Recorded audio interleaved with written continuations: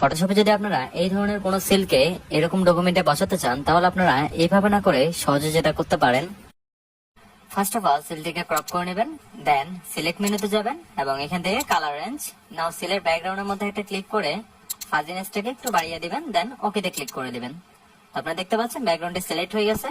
নাও আবার সিলেক্ট অপশনে যাবেন এবং এখান থেকে ইনভার্স করে নেবেন এবং লেয়ার প্যানেলে চলে যাবেন, দেন এখান থেকে মাস্ক অপশনে একটি ক্লিক করে দিবেন। তো আপনারা দেখতে পাচ্ছেন সিলের ব্যাকগ্রাউন্ডটি একেবারে রিমুভ হয়ে গেছে। নাও মাস্কের এই অংশটাকে টেনে ডিলিট অপশনে নিয়ে যাবেন এবং এটিকে ডিলিট করে দিবেন।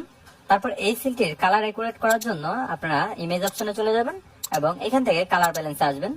না এখান থেকে ম্যাজেন্ডা কালারটাকে একটু বাড়িয়ে দিবেন, ব্লু কালারটাকে একটু বাড়িয়ে দিবেন এবং উপর থেকে রেড কালার একটু হালকা বাড়িয়ে দিয়ে দেন ওকেতে ক্লিক করে দিবেন। না এই সিলটাকে আপনার ডকুমেন্টে নিয়ে যে জায়গায় বসাতে চাচ্ছেন সে জায়গায় বসিয়ে দিবেন। তো এই সহজ পদ্ধতি ব্যবহার করে আপনারা যে কোনো ডকুমেন্টের থাকা সিলের ব্যাকগ্রাউন্ড রিমুভ করে অন্য ডকুমেন্টে বসাতে পারেন।